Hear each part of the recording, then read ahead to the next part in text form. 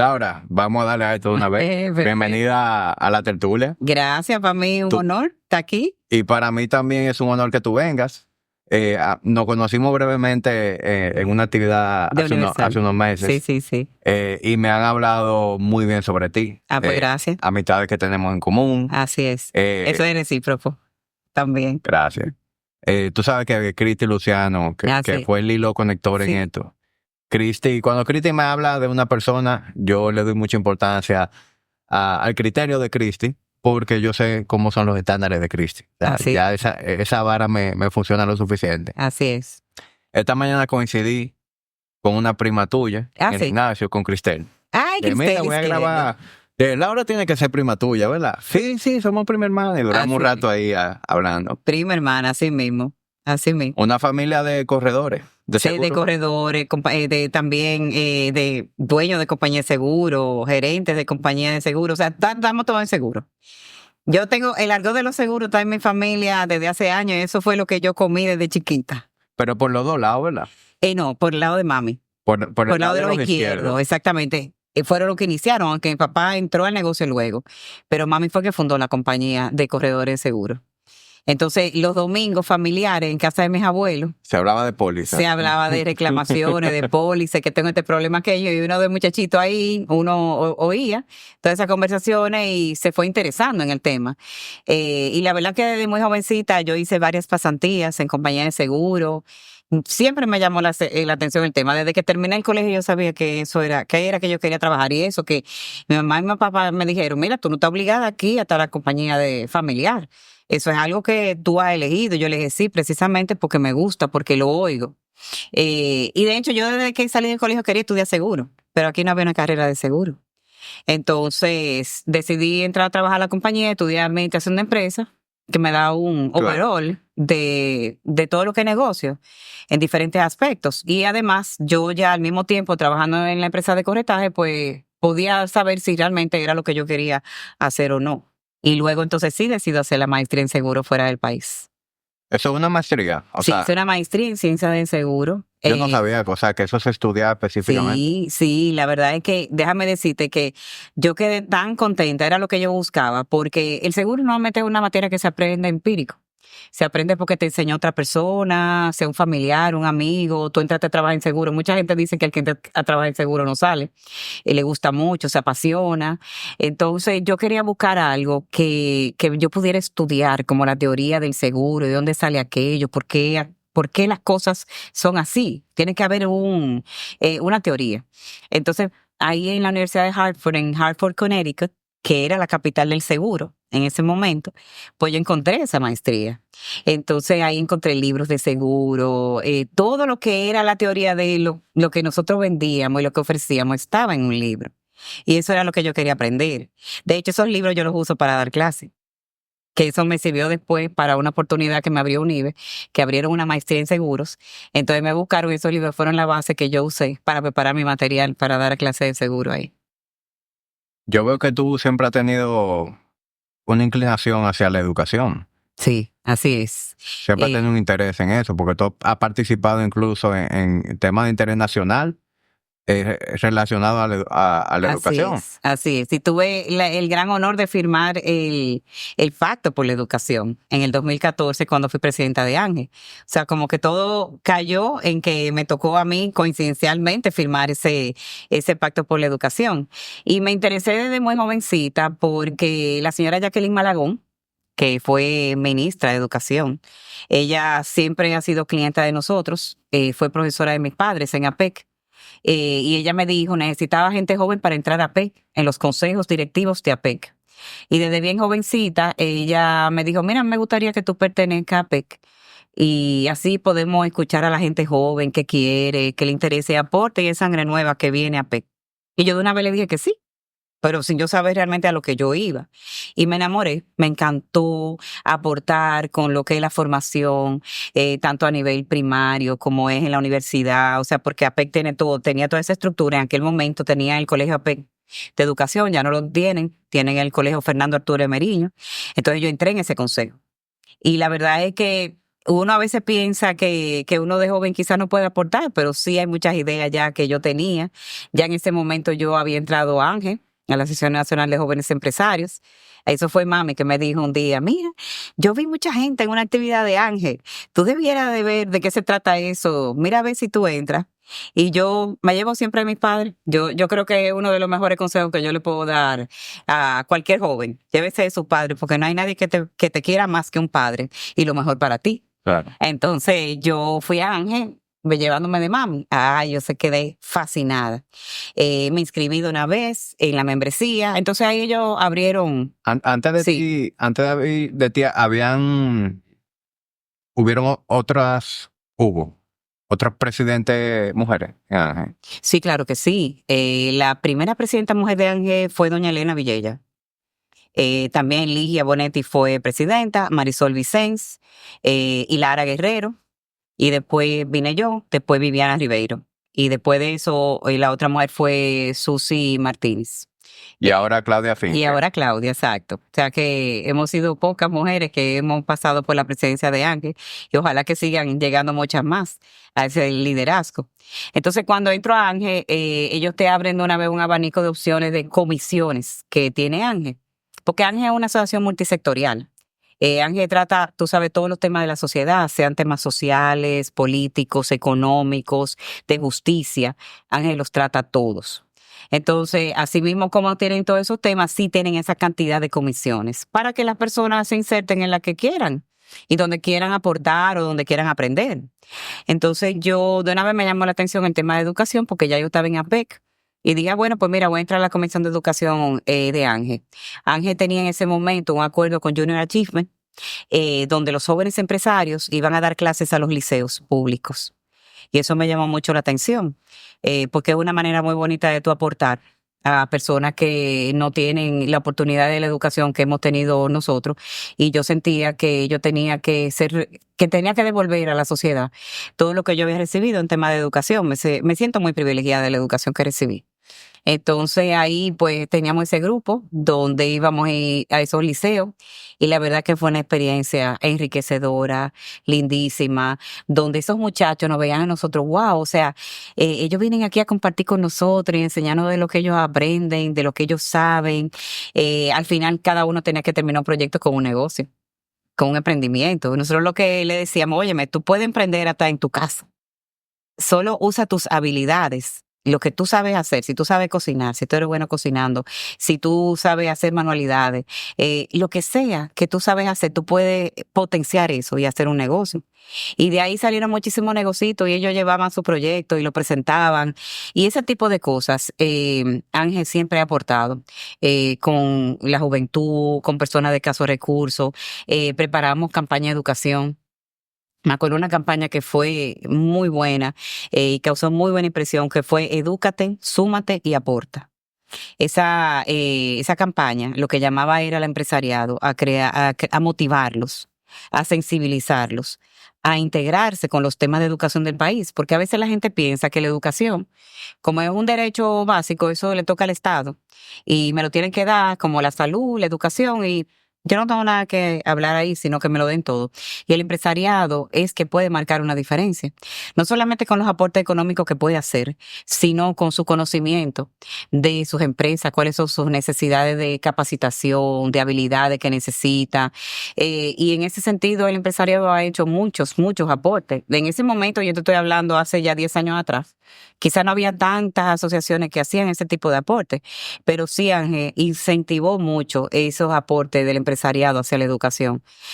Nosotros incluso trajimos profesores de Argentina, con esos fondos que levantábamos en esa campaña, traíamos profesores que eran formadores de formadores. Y íbamos al Ministerio de Educación, donde le decíamos, mira, seleccionamos un grupo de profesores para darles a uno clases de aritmética y a otros clases de español, de gramática, para perfeccionarlos a ellos. Y nosotros hacíamos esos aportes. Y la verdad que se recibían muy bien y era una labor muy bonita. Y todavía, pues, Ángel hace todo ese tipo de aporte. Para mí, Ángel es una gran escuela no solamente de aprendizaje, sino de liderazgo. Tú puedes ver los grandes líderes que han salido de Ángel, que han estado en el gobierno o son grandes empresarios. O sea que de verdad que yo me siento muy orgullosa de esa asociación y del papel que juega en la sociedad. Y ese es un trabajo que es voluntario. Totalmente voluntario, ahí nadie te paga. Realmente hay que tener una vocación real de querer tener ese tipo de impacto en la sociedad. Así es. Mira, y también yo te voy a decir una cosa. Hay mucha gente... Debe haber un valor agregado. Sí, el valor agregado realmente es porque ahí hay un networking también bastante bueno. Tú conoces mucha gente con quien tú puedes hacer negocios. Y aparte de eso, esos aportes, tú ver cómo lo que Ángel propone se puede llevar a otras escalas y lo tomas en consideración, eso realmente te enriquece y te satisface muchísimo. Y también hay mucha gente que se queja. Y yo creo que no hay que quejarse, es aportar, es buscar soluciones. A veces tú dices, no, pero ¿quién te va a oír en una asociación así de jóvenes?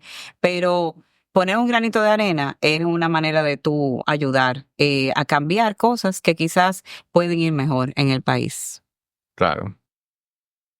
Realmente yo me hacía esa pregunta de cuáles son los beneficios. O sea, evidentemente relacionándote con personas que son relevantes en el mundo empresarial, en el mundo incluso a veces político, de ahí tú tienes que, debe ser una escuela en donde se aprende muchísimo y debe ser también un lugar en donde tú haces conexiones muy interesantes a la cual le pudieras sacar partida desde el punto de vista de negocio y cualquier tipo de oportunidades.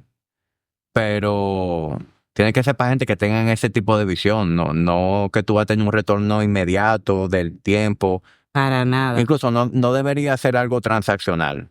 No. O sea, tú no puedes entrar a un lugar como ese buscando pensando un retorno. Ese fin. Claro, un retorno. No. Le voy a hacer un retorno desde un año. No, para nada. Y mi visión fue la siguiente. Yo venía de una empresa pequeña, familiar, el consejo de mi mamá. Y yo cuando entré a Ángel me di cuenta de todas las actividades de formación que hacían en todos los aspectos de negocios. Entonces, ¿qué pasa? Cuando tú estás en una pequeña empresa, probablemente tú no tienes mucho acceso a ese tipo de conocimiento. Cuando tú estás en una gran empresa, hasta te mandan fuera a hacer curso, te mandan a hacer la maestría, te la pagan. En una pequeña empresa tú tienes que valerte por ti mismo y buscar la información tú. Claro. Entonces, yo entré a Ángel realmente tratando de enriquecerme en la parte de formación, en la parte de los talleres que ellos ofrecen. Entonces, me encontré con ese tema de las comisiones que yo no conocía y yo dije, óyeme, esto es una manera súper interesante porque yo siempre he sido muy curiosa y además siempre he querido ayudar. El que trabaja en seguro tiene una vocación de servicio. Entonces, yo siempre he querido ayudar. Yo me acuerdo que en el colegio, cuando hacían todo lo que eran las promociones, levantar dinero y no sé qué, ahí estaba yo vendiendo brownie, galletica, no sé qué. O sea, eso siempre me ha gustado. Y mira que no todo el mundo tú le tocas la puerta y dice que va a ayudar. No es así. Entonces, pero eso sí, siempre yo fui presidenta del curso, vicepresidenta, tesorera. Siempre yo estaba en ayudando, no solamente estudiando, sino ayudando extracurricularmente. Entonces entré a Ángel realmente como una manera voluntaria de ayudar con ese tipo de comisión de educación que era en la que yo estaba. Y encontré ahí un espacio que me encantó y que pude desarrollarme por muchos años en esa comisión, hasta que, bueno, después entré a la directiva y poco a poco fui escalando y llegué a la presidencia de Ángel. Y eso, la verdad es que ha sido para mí de los trabajos más lindos que yo he podido hacer. Mira que cuando yo veía a los presidentes de Ángel hablar, los que llegaron antes de mí, que hablaban y que presentaban los planes de Ángel, los proyectos, decía, pero yo no pudiera pararme ahí a hablar, decir todo lo que ellos están diciendo, porque ellos están hablando de política, están hablando de temas sociales, de económicos, pero yo no conozco todo eso. Y la verdad es que Ángel te va formando a medida que tú te vas involucrando. Y me llamaron una vez para invitarme a la directiva y en esa directiva se aprende muchísimo porque todos los jóvenes que están ahí son de áreas diferentes. O sea, abogado, que sea un ingeniero, administración de empresa, y todo eso es súper enriquecedor. Tú aprendes de todo. ¿Qué tiempo pasa del momento en que tú ingresas a Ángel a formarte al momento en que tú ocupas la presidencia? Aproximadamente 8 años. 8 años. Sí, aproximadamente 8 o 10 años. Fue más o menos el trayecto. Que es una curva de aprendizaje. Es una curva de aprendizaje bastante larga. Hay que tener mucha paciencia, no puede ser. Y la vida es así. Yo creo que todo lo que tú logras en la vida requiere una curva de aprendizaje. Y requiere mucha paciencia y dedicación. Que yo le digo eso hoy a mis hijos y a los jóvenes, porque a veces los jóvenes quieren como caminar antes de gatear y todo lleva un proceso. Y por eso fue que cuando yo entré Ángel, que yo veía a estos presidentes hablando con tanta propiedad, hablaban de todos los temas, el tema eléctrico, del tema justicia, y yo, wow. Y entonces yo decía, pero yo no podía hacer eso, pero la curva de aprendizaje te va llevando a ese conocimiento poco a poco, te van involucrando en más actividades, más reuniones, y eso tú vas aprendiendo. Esa inmediatez a la que tú te refieres, yo también la puedo observar. Sí. Pero ¿tú crees que se deba a algo generacional o al hecho simplemente de que son jóvenes? Yo soy una persona que valora mucho lo práctico y busco crear eficiencias en mi día a día. Por eso siempre he visto el valor de traer mis pedidos por Domex. En mis años como cliente siempre he visto cómo persiguen mejorar la experiencia de sus usuarios. Pide lo que quieras, tráelo por Domex y recibe directamente en la puerta de tu hogar. En Domex, corremos por ti. Yo creo que es generacional, es de esta juventud. Esta generación es más particular. Incluso, yo que estoy ahora en Copardón, que veo los temas de empleo y de trabajo, realmente no hay paciencia para escalar en una empresa. Si esta empresa no me está ofreciendo lo que yo quiero, yo me voy. Simplemente no voy a dialogar, no, yo me voy y lo busco por otro lado. Yo no veo que la juventud quiera hacer carrera realmente en una misma empresa como fue en mi generación. No estoy diciendo que esté mal o bien uno o el otro, pero sí, esa es la característica que distingue a esta generación. De hecho, incluso la rotación promedio de un personal anda por 2 o 3 años. No te dura más de 2 o 3 años en una empresa haciendo carrera. Eso es parte de la estadística que hemos visto ahora con el tema de empleo. Y además de que esta generación, muchos de ellos están más interesados también en temas de emprendimientos, que es influencer y demás. Sí, pero en esos mismos emprendimientos se ve también esa actitud o esa mentalidad de inmediatez. De ir muy rápido. Tú ves personas que emprenden un proyecto hoy y si en 1 año, 2 años no están facturando 6 dígitos, 7 dígitos, lo dejan y se inventan otra cosa y al final no hay atajo. Era esa misma idea original, seguía ahí viejo. Eso es así. Mira, nuestra empresa tiene 42 años, cumplió este año. Yo no sé quién puede tener eso, es mucha paciencia y mucha dedicación y mucho esfuerzo. Ciertamente estamos ahora mismo ya en la 3ª generación porque mi hijo entró a trabajar con nosotros, pero definitivamente en los primeros años de mi mamá, que después entró mi papá, ellos muchas veces tenían que sacar dinero de sus propios bolsillos, de ahorro, no sé qué, hasta para pagar la nómina. Claro. O pagarle la bonificación a los empleados, etcétera. Entonces, todo eso te requiere un sacrificio y el tú dedicarte y decir, no, yo voy a seguir y yo voy a seguir haciendo crecer este negocio con mucha paciencia. Pero esa paciencia yo no la veo hoy en día en esta juventud. Ojalá que eso pues pueda revertirse porque la paciencia es importante para cualquier cosa que tú hagas en la vida. Yo creo que solamente 2 opciones. O eso se revierte o fracasan. Porque es que no va a llegar un momento en donde esa realidad cambie. No va a cambiar. O sea, al final, ¿quiénes van a tener éxito? Los que entiendan que las cosas se toman su tiempo. Así es. Que hay que ser constante. Sí. Que no hay atajo. Sí. Yo le digo eso a mi hija. Lo que da mucha brega es formar equipo de trabajo. Sí, eso sí es difícil. Y buscar personas que tengan las habilidades que tú estás buscando. Mira, por ejemplo, en el área de los seguros, un área muy específica. Muchas veces para yo encontrar un técnico en seguro es difícil porque el mercado está bastante copado con el personal y muchas veces tú estás buscando una persona que quizás es un talento que está en otra empresa. Si está en una empresa, tú tienes que ofrecerle más dinero que lo que tiene esa persona o un paquete más atractivo. No siempre tú tienes un presupuesto para hacer eso. Claro. Entonces, muchas veces tú tienes que optar por emplear una persona que no tenga experiencia en el área de seguro y tú formarlo. Pero eso te requiere mucho tiempo también y esfuerzo. Y es muy cuesta arriba dedicarle tiempo y recursos a formar a una persona que se te va a ir. Exacto. Precisamente por esa mentalidad. Eso es así. No valoran que tú le diste esa formación, que lo mandaste a un curso, que lo mandaste fuera a tal cosa. No lo valoran en su justa dimensión. Ujú. Entonces, eso es algo que vino en esta generación, en este chip. No sé cómo fue que se le insertó eso, pero eso es lo que estamos viendo y ojalá que venga una generación más atrás que quizás se parezca un poquito más a otras generaciones donde esa paciencia existe para tú poder ir creando poco a poco. Porque no hay otra manera de tener éxito en la vida que no sea tener esa paciencia y esa visión y perseverante, ser perseverante. De hecho, yo creo que el que un joven tenga una manera diferente de pensar, ya eso es como si fuera un superpoder hoy en día. O sea, si ese hijo tuyo que está entrando a la empresa entiende que las cosas son como son, Sí. ante sus similares, va a tener una competencia enorme, porque tiene la mentalidad correcta. Eso es así, eso es así. Y mira que gracias a Dios yo lo siento a él bastante equilibrado en sus pensamientos y también antes de me propone las cosas. Entonces yo le digo, vamos a analizar lo pro y lo contra. Vamos a ver, porque a veces él se me desespera, porque vamos a implementar este proyecto. Y yo, no, espérate un momento, que no es así, vamos a sentarnos, vamos a analizarlo. ¿Nos conviene, no nos conviene? ¿Cuánto cuesta? Cae en el presupuesto, o sea, pero la juventud siempre trae cosas positivas, porque con el tema de la tecnología, pues está mucho más preparado que la generación nuestra. Entonces traen ahí temas importantes y Claro. diferentes, que hoy en día, bueno, hay que usar la tecnología para uno ser más eficiente y dar mejor servicio. Claro.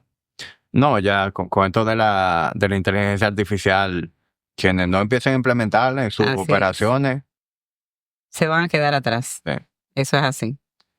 Esa área de gremial en la que tú te destacaste mucho, hoy en día ya se ve mucho más participación femenina. Sí. Sin embargo, en el momento en que tú ocupaste la presidencia, por eso te hice la pregunta ahorita si fuiste la primera, era un sector mucho más dominado por hombres. Totalmente. Entonces te pregunto, ¿qué tan difícil fue para ti hacerte relevante en un terreno dominado por hombres? Fue bastante difícil y no te creas que fue muy retador cuando yo a veces podía llegar a una reunión donde la única mujer era yo. Eso es un poquito difícil de llevar, pero yo me concentré en prepararme, yo me concentré en aprender y ser respetada por mi conocimiento y eso me abrió puertas. Y aparte de eso, también entré a otras mujeres. Las interesé en los temas gremiales, en participar en directiva, en participar en esa asociación en ese momento, para que poco a poco esas mujeres se fueran formando y fueran parte de la directiva. Hubo un momento en Ángel, cuando ya yo dejaba la directiva, que prácticamente eran, creo que 2 o 3 mujeres en la directiva y 9 hombres o 10, no recuerdo bien, pero la mayoría eran hombres.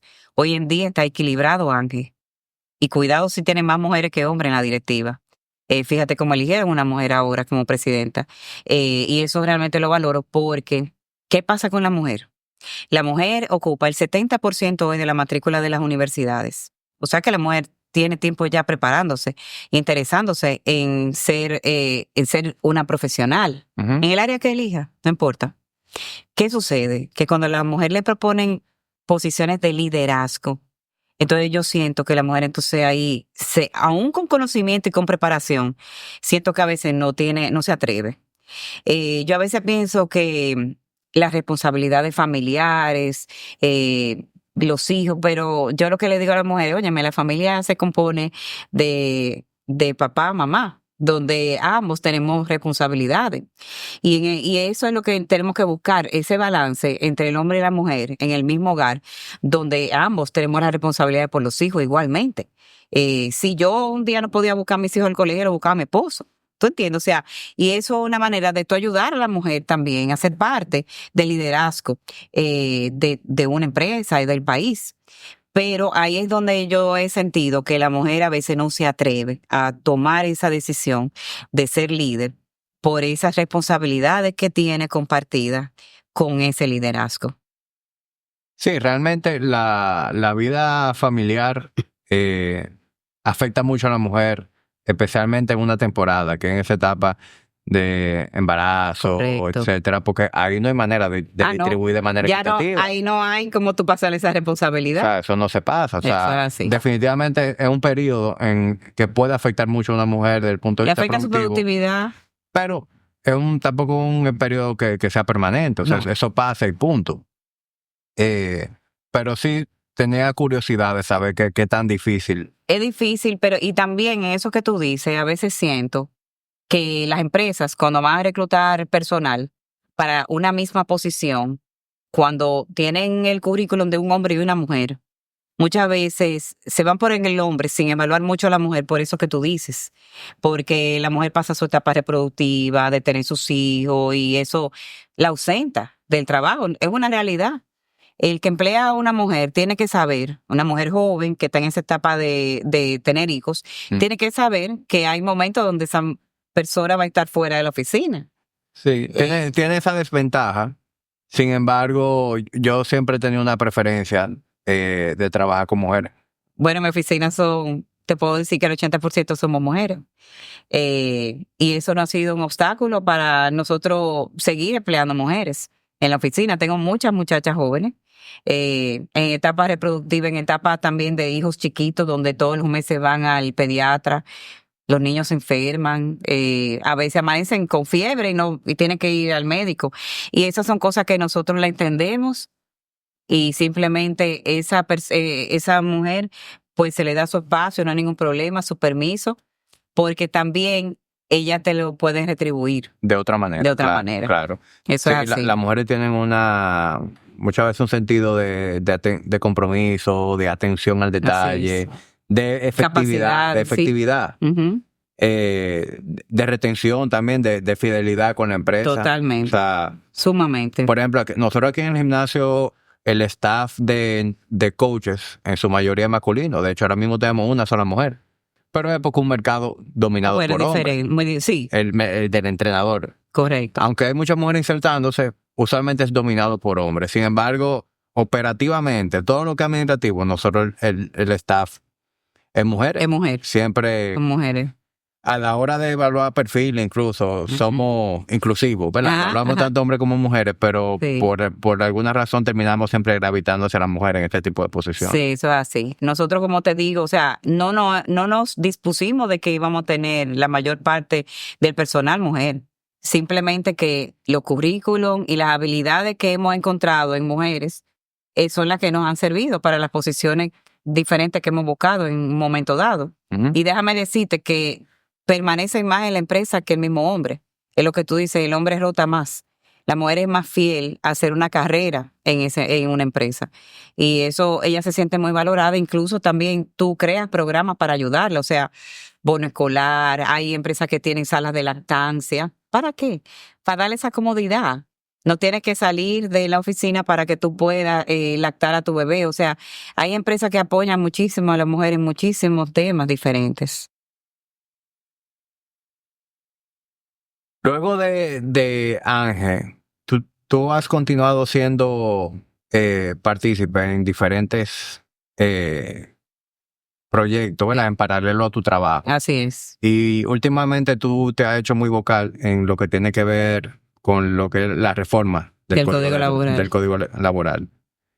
Y me parece muy interesante lo que tú propones, porque ese tema del pasivo laboral de las prestaciones es algo que afecta muchísimo al empleador. Eso es así. Y que incluso promueve una cultura aquí de trabajo que puede ser muy negativa por la forma en que muchas personas ven el trabajo y ven esa relación de su conducta con el trabajo en mira hacia la prestación. Ahí se hace santía.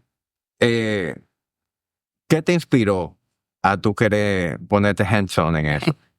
Mira, bueno, resulta que después de Ángel, que termino y entrego la presidencia y después me quedé un año como pasada presidenta, yo entré al Conepo. Me llamó don Papo Blanco y me dijo, yo quiero a alguien en la directiva que sepa de temas de seguro de seguridad social. Y yo acepté su propuesta y estuve en la directiva del CONEP 6 años trabajando con él esos temas. ¿Qué pasa? Esos temas sociales que siempre me han gustado también van muy entrelazados con el tema del empleo. Entonces ahí también empecé a involucrarme con los temas y entré a Copardón, a la directiva de Copardón, que trabaja los temas laborales y de seguridad social. Entonces ahí me fui empapando de todos estos temas, el tema del código laboral, lo trabajé en ANGE también, porque cuando yo fui presidenta de ANGE, hubo un decreto presidencial donde se nombró una comisión tripartita. Cuando hablo tripartita, gobierno, empresarios y sindicatos, para empezar la primera revisión de la modificación del código laboral. Entonces, como se hicieron vistas públicas en ese momento y era la presidenta de ANGE, pues me tocó también empaparme del tema en ese momento. Lo puse en pausa y luego entonces más adelante, bueno, cuando entro en Copardón, pues empiezo otra vez a tomar el tema. ¿Qué pasa? No entré con mira en ese momento de ser presidente de Copardón ni nada, sino entrar a la directiva y colaborar en la directiva. Siempre sobran recomendaciones de restaurantes y todo lo que tiene que ver con diversión, pero pocos se toman el tiempo de recomendarte cosas que tengan que ver con tu bienestar financiero. Bueno, con el Banco Popular sí. Con el recomendador de productos tú puedes conocer cuál es el tipo de cuenta de ahorro o de préstamo que más se ajusta a tus necesidades. El recomendador te facilita la vida, así que entra a popularenlinea.com y chequea cuál es el producto ideal para ti. Luego de 2 años en la directiva, entonces se acercan a mí y me dicen que la persona que iba a ser presidente, por X razón, pues ya no podía ser, que si yo quería ser presidente de Copardón. Entonces, yo sabía lo que venía el tema de la reforma del código, porque se estaba tratando, pero yo sé que iba a venir incluso ya más fuerte, las reuniones y demás. Pero siempre me han gustado los retos, conozco el tema, no soy abogada laboral, pero ya estaba bastante empapada de los temas. Y bueno, pues dije que sí, que iba a asumir la presidencia de Copardón. Entonces ahí empezamos con ese reto. Empezaron reuniones en el Ministerio de Trabajo semanalmente y eso realmente te puedo decir que ha sido un aprendizaje enorme porque en esas reuniones, aparte que estamos las 3 partes, gobierno, sindicatos y empresarios, también el sector empresarial se hizo acompañar de abogados laboralistas que nos asesoraban. Entonces, ahí afiancé mucho más los conocimientos porque todo lo que yo exponía, yo de una vez anotaba y preguntaba si no entendía algo, explícame aquello, explícame lo otro. Y la verdad que han sido 2 años, ya vamos a cumplir 2 años en la presidencia de muchísimo aprendizaje, de muchos retos y no es un tema bonito frente a muchas personas porque te critican muchísimo. Obviamente, la parte trabajadora, la parte que está en sindicato y demás, porque dice no quiero perder mi derecho adquirido, pero nosotros no hemos hablado de eliminar derechos adquiridos. Nosotros hemos hablado de reestructurar la cesantía. Y obviamente que ninguna ley se modifica de manera retroactiva. Las leyes se modifican de ahora en adelante. Entonces, todo empleado que está en una empresa hoy en día y que ha acumulado una cantidad de años en esa empresa, va a permanecer con su cesantía acumulada en caso de que recuerdas que la cesantía es un derecho eventual. Aquí la gente tiene la falsa percepción como que eso es un ahorro que yo tengo. Óyeme una cosa, si yo renuncio de una empresa, a ti no te toca nada, te toca las vacaciones, o sea... Salario de Navidad. Y salario de Navidad, eso es derecho adquirido. La cesantía es una conquista social y es un derecho eventual si la empresa decide separarte unilateralmente de la empresa. Pero ¿qué pasa? Que los empleados ahora están que cada rato entran a la página del Ministerio de Trabajo a ver cuánto tengo yo acumulado de cesantía. Claro. Y yo le digo en mi oficina, señores, que eso no es una cuenta de ahorro. La real cuenta de ahorro de ustedes es la cuenta de capitalización individual que ustedes tienen hoy en día que le dio la Seguridad Social. Eso sí es una cuenta de ahorro para su futuro, para su pensión. Entonces, por eso te decía que promueve una cultura negativa, porque la gente ve eso como si fuera una cuenta de ahorro. Así es. Y muchas veces entonces lo que quieren es provocar su despido. Correctamente.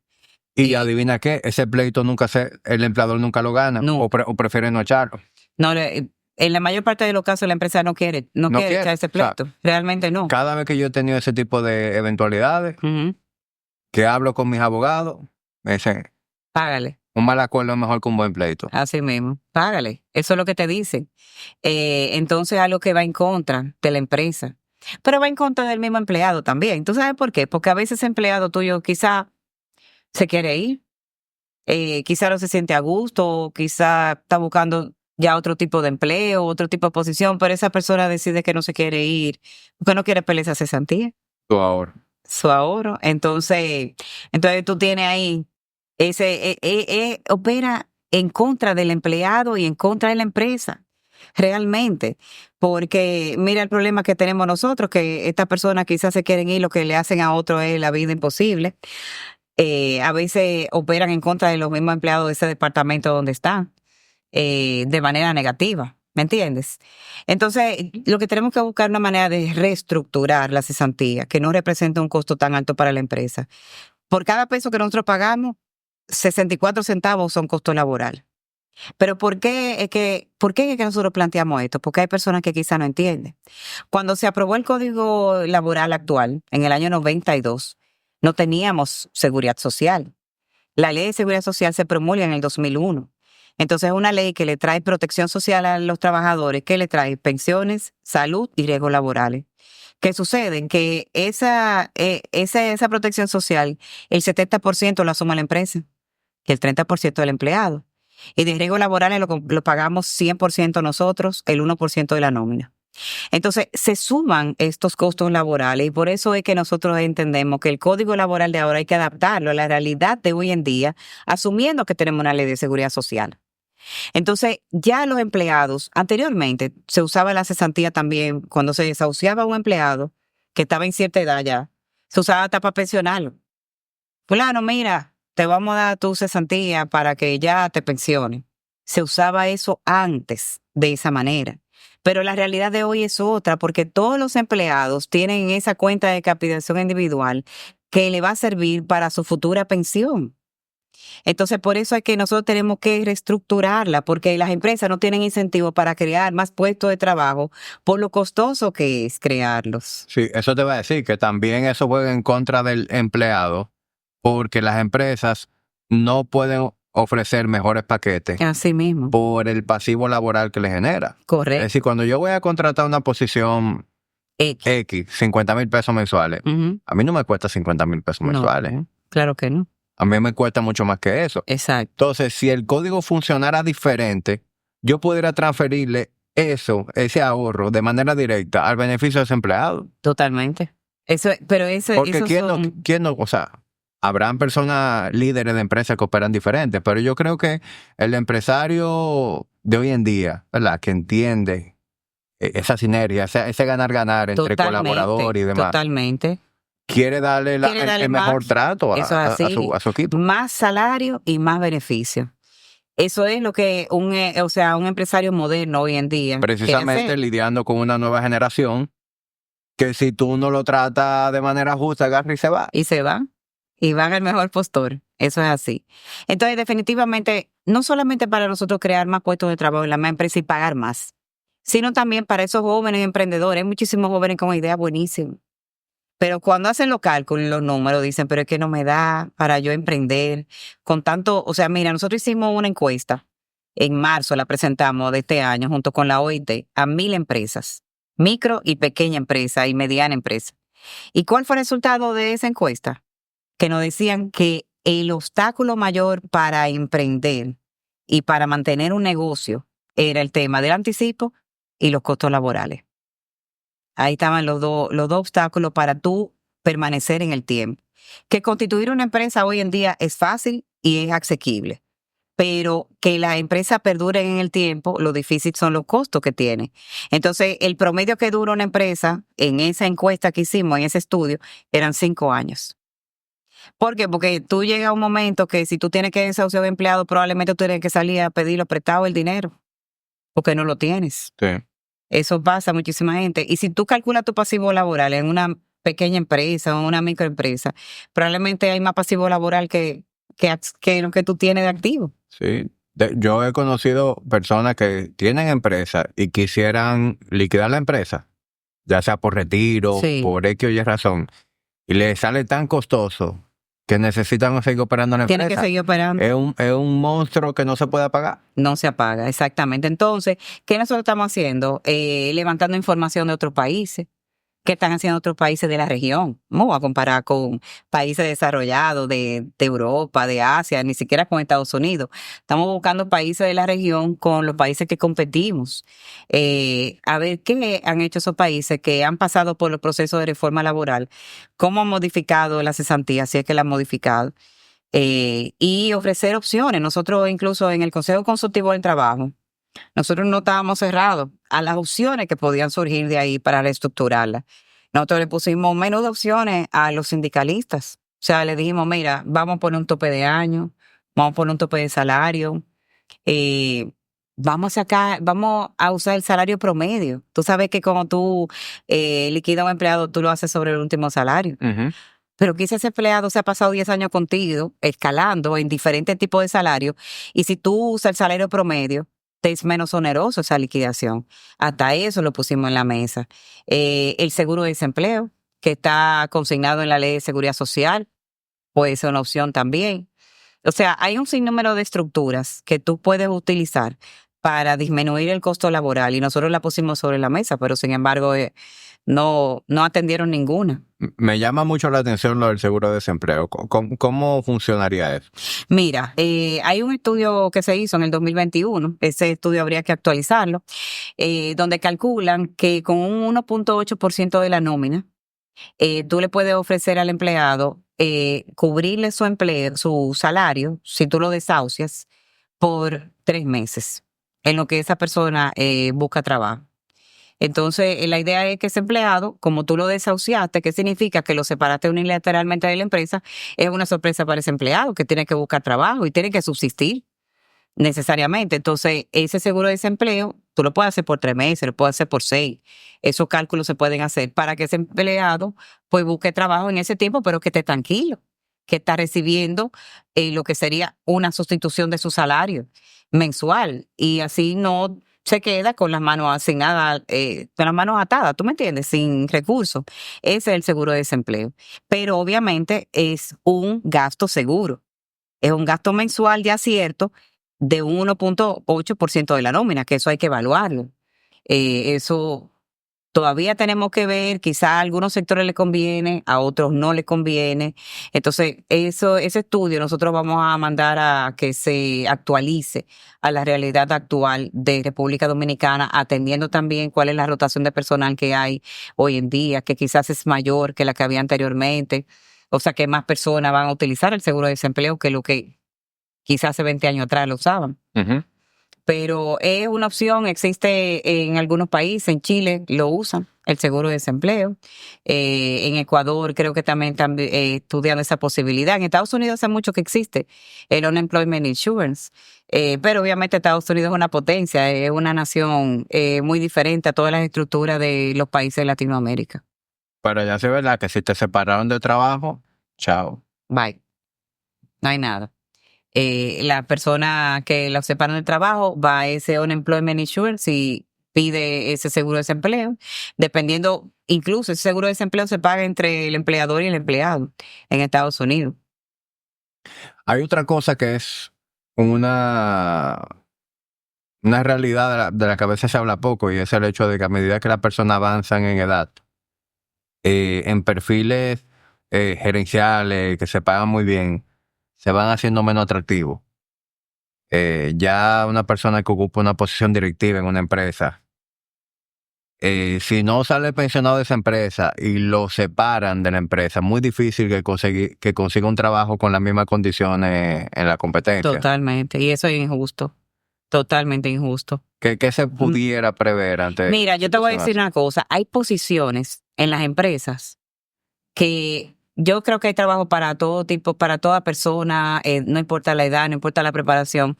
Hay trabajo en la empresa que yo prefiero 1000 veces una persona que tenga experiencia, que sea una persona ya madura, ya que no te estoy hablando que tenga familia con sus hijos grandes, o sea, que pueda dedicarle un tiempo a la empresa, que quizá un joven quizá no pueda. Y también por su misma experiencia, su trayectoria profesional, para mí vale muchísimo esa persona. Su conocimiento, su trayectoria, no es una persona que tú tienes que sentarte a formar, es una persona que ya conoce. Eso tiene un valor enorme. Y yo estoy de acuerdo contigo que lo que está pasando en el mercado laboral es que no se está valorando esa persona de, vamos a decir, de más de 45 años, 50, por ahí. Y son personas de un valor altísimo. Posiciones administrativas, son excelentes, financieras. Todas esas personas para mí hay que valorarla y el mercado laboral tiene que reconocer el valor que tiene esa persona hoy en día. Y mira, no es un asunto de República Dominicana nada más. Acabo de participar en un encuentro empresarial en Ecuador que se hizo dentro de la Cumbre de Presidentes y la mayor parte de los colegas presidentes de asociaciones, que cada uno tenemos que hacer una presentación sobre el país, mercado laboral, tema económico y demás. Y la verdad es que la mayoría lo que decía era eso, que en el mercado laboral siempre ahora lo que quieren buscar son personas jóvenes. Sí. Y el razonamiento que yo he escuchado es que a veces el joven hace el mismo trabajo por la mitad. Y precisamente por el hecho de que no tienen las mismas responsabilidades familiares y demás. Exacto. Puede ser más sacrificado en sus condiciones de trabajo, te da más horas, etcétera. Pero tú ahí estás sacrificando una expertise que solamente da la experiencia. Eso es así. Pero es que la vida es un ciclo. Es a mí porque tú tienes esa persona que salió de la universidad, que no tiene responsabilidades familiares, como tú dices, ¿verdad? Y puede dedicarme horas a mi empresa y no tiene esa prisa de salir huyendo a las 5 de la tarde. Pero esa persona en el momento dado va a entrar en el ciclo de formar familia. ¿Tú me entiendes? Entonces, es un ciclo la vida, porque después entonces viene esta persona ya con experiencia, se convierte en una persona con experiencia, ya formó su familia, ya sus hijos tan grandes, entonces vuelve un ciclo donde puede dedicarle más tiempo al trabajo. Este episodio llega a ustedes gracias a Skyworld, los televisores de La Tertulia, de Body Ignition y también de Mi Hogar. Todos sus modelos son 2024 y cuentan con 2 años de garantía respaldados por la confianza de Conformatic. Conoce sus modelos y realiza tu compra visitando su showroom o su tienda virtual en la página www.conformatic.com. Porque fíjate que ahora la gente, por el mismo estilo de vida, de que se cuidan, hacen ejercicio, comen saludable, son personas que la expectativa de vida ha subido muchísimo ya. Y su etapa productiva es mucho mayor. Es mucho mayor y la gente se queda trabajando hasta más de 65 años, 70 años.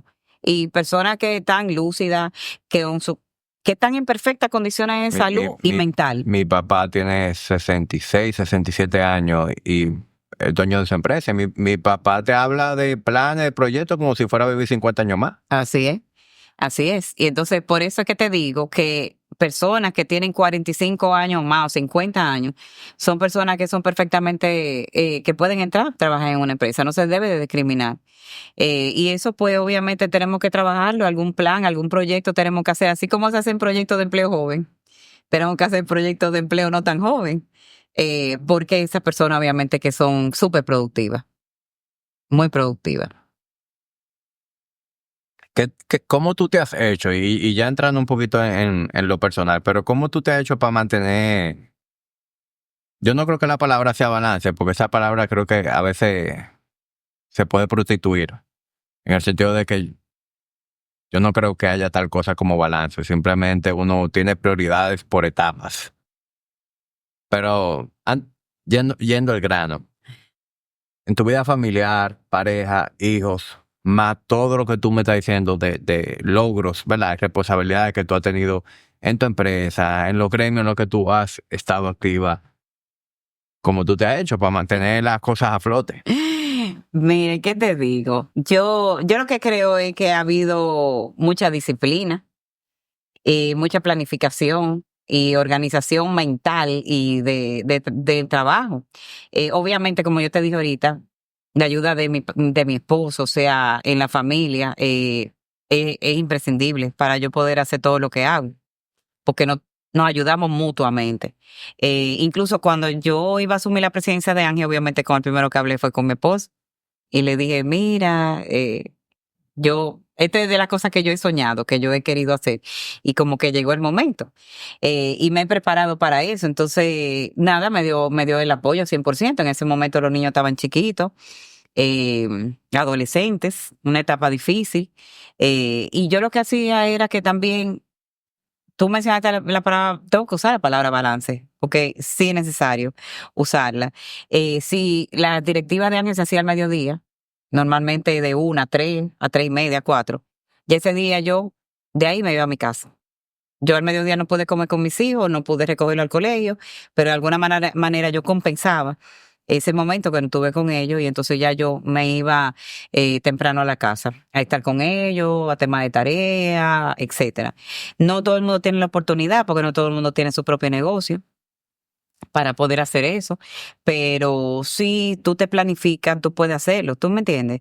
O sea, yo soy una gente que ya el domingo en la noche yo estoy en modo lunes y ya yo me estoy sentando a pensar y ver la agenda que tengo la semana, cómo yo estructuro eso con actividades familiares de oficina, de mi oficina personal y gremial, porque ahí tenemos ese mix que a veces es difícil, pero yo no hago nada diferente a lo que hace mucha gente. Eso no es... Imagino que tú operas religiosamente con tu agenda. Sí, claro que sí. Gracias a Dios en la oficina también me ayudan y en Copardón con esa a veces se me olvidan algunas cosas, sí, porque confío como en la memoria. Pero nada, yo creo que es un tema de mucha disciplina y de organización. Mira, que a veces tú dirás, ¿cómo es que una gente que está tan ocupada le ofrecen de que hacer más cosas? Te voy a poner el ejemplo. A mí me llamaban del colegio, mira Laura, ¿tú crees que tú puedes ser madre guía? Y yo le decía, pero ven acá. Y no, ustedes llamaron a otras madres, porque de verdad yo tengo tantas cosas. No, es por eso que te estamos llamando, porque sabemos que podemos contar contigo. Y yo me metía en todo eso. Fue una manera de estar con mis hijos también. Cuando tú quieres que algo se haga, dáselo a la persona ocupada. Exacto. Porque la persona ocupada, por lo general, es la persona productiva, es la persona eficiente. Sí. Entonces, imagínate, yo me río muchísimo porque yo en el baúl del carro, siempre yo tenía unos tenis o otra muda de ropa, porque si había que vender pizza en el colegio, yo no iba a llegar así, ¿verdad? Entonces, yo tenía mi tenis, que me ponía mi tenis, o me cambiaba en el baño del colegio para ponerme unos jeans, un t-shirt, y yo ayudaba a vender la pizza o lo que sea que haya que vender en ese momento. Y la verdad que todo eso mis hijos lo han visto y ellos realmente lo valoran. Valoran a su mamá porque le he dado el tiempo, la dedicación, pero al mismo tiempo no he descuidado mi trabajo. Eso es así. ¿Cuáles son tus trucos o las cosas que a ti más te han funcionado para mantenerte productiva y eficiente con tu tiempo? Agenda, ¿qué más? Te voy a decir algo que te va a gustar, hacer ejercicio. En los días que yo voy al gimnasio son los días para mí que yo estoy, incluso tengo más energía. Yo voy al gimnasio a las 6 de la mañana. Si no, yo en esa hora, porque definitivamente si yo dejaba el gimnasio para las 6 de la tarde o las 7, no iba a ir. Porque siempre se te presenta un compromiso, un cóctel, o te tienes que quedar extra en la oficina porque tiene un tema. Entonces, las 6 de la mañana es una hora que no hay nada que interfiera. Ese es el horario ideal para personas ocupadas. Ese es el mejor horario. Y realmente he podido mantener eso desde hace muchos años y eso me da muchísima energía. Contribuye con mi salud, obviamente, a mantenerme siempre sana, etcétera, y eso me ayuda que yo no tengo que dedicar mucho tiempo a médico ni nada de eso. Y yo creo que eso es uno de los trucos que yo le digo a la gente, hay ejercicio porque el ejercicio te da vida y te da salud. Te mantiene sano mentalmente también, porque eso se convierte como el mejor una especie de válvula de escape. Así es. Tú, o sea, esa hora y media que uno está en el gimnasio, uno realmente está totalmente desconectado y te ayuda a botar toda esa energía que uno tiene. No, y a desestresarte también. Y ya eso es de conocimiento muy popular. Totalmente. O sea, ya antes había una cultura en el líder, gerente, directivo, dueño de empresa, trabajo, y si acaso me bebo un trago cuando llego en la noche para desestresarme. Y ya el ejecutivo moderno te está hablando de meditación, te está hablando de hacer ejercicio, te está hablando de yoga, de yoga y cosas. Y es precisamente porque han encontrado ahí un hack para mantenerse más productivo y para hacer su vida productiva, su etapa productiva mucho más longeva. Eso es así. No, y por eso es que tú ves que la expectativa de vida en el mundo entero ya es mayor, porque ya mucha gente tiene esa disciplina y ya ve el ejercicio como esa válvula de escape que tú dices, de lidiar con temas de emociones y demás. O sea que realmente eso para mí no es negociable. Obviamente ahora que ya mis hijos tan grandes y demás, no hay que llevar a nadie al colegio, me es más fácil. Claro. Porque antes el tema de había que salir al colegio como a las 7 de la mañana, entonces ahí sí había un tema de que, bueno, déjame ver cuando yo saco el chance para hacer ejercicio, pero ya en esta etapa es mucho más fácil pues coordinar eso. ¿Qué más? Entrenamiento, agenda. Trucos, tú dices, no, trucos. Cosas que a ti te funcionen para mantenerte productiva. Tú sabes que te voy a decir algo que siempre la gente me pregunta, yo saco mi ropa la noche antes. Yo no puedo pensar en sacar mi ropa en la mañana porque ahí tú te das cuenta que le falta un botón a la camisa o que el pantalón no está planchado bien. Y eso te quita tiempo. La gente pensará que no, en la mujer sobre todo. Yo dejo mi ropa seteada en la noche, zapatos, todo entero. No tengo que pensar en la mañana en ropa, sino cambiarme. Y eso que muchas veces me cambio en gimnasio. Si tengo una reunión muy temprano, no tengo opción. Claro. Tengo que bañarme, cambiar al gimnasio y seguir por ahí mismo. No, y la mujer no es solamente bañarse y cambiarse, la mujer tiene que secarse el pelo. También. La mujer tiene que maquillarse. Así o sea, mismo. Yo te estoy viendo y yo sé que tú le dedicaste un tiempo hoy a elegir tu ropa, a elegir tus joyas. O sea, yo me listé en 15 minutos. Claro, la mujer es diferente. No, y déjame decirte que el esquema de yo bañarme en el gimnasio, eso es en la noche, yo sentarme delante del bulto y decir que no se me queden los zapatos, que no se me quede, que si le voy a poner un broche al saco, el broche, que si esto, yo sé que no se me queda nada. Sí, que fácilmente tú tienes que tener un rack en donde tú vas a armar la pinta. Exacto, antes de guardarla. Vaya a decir, déjame ponerlo aquí, ok, sí. Perfecto, pan al bulto. Esos son temas que a las mujeres le quitan tiempo.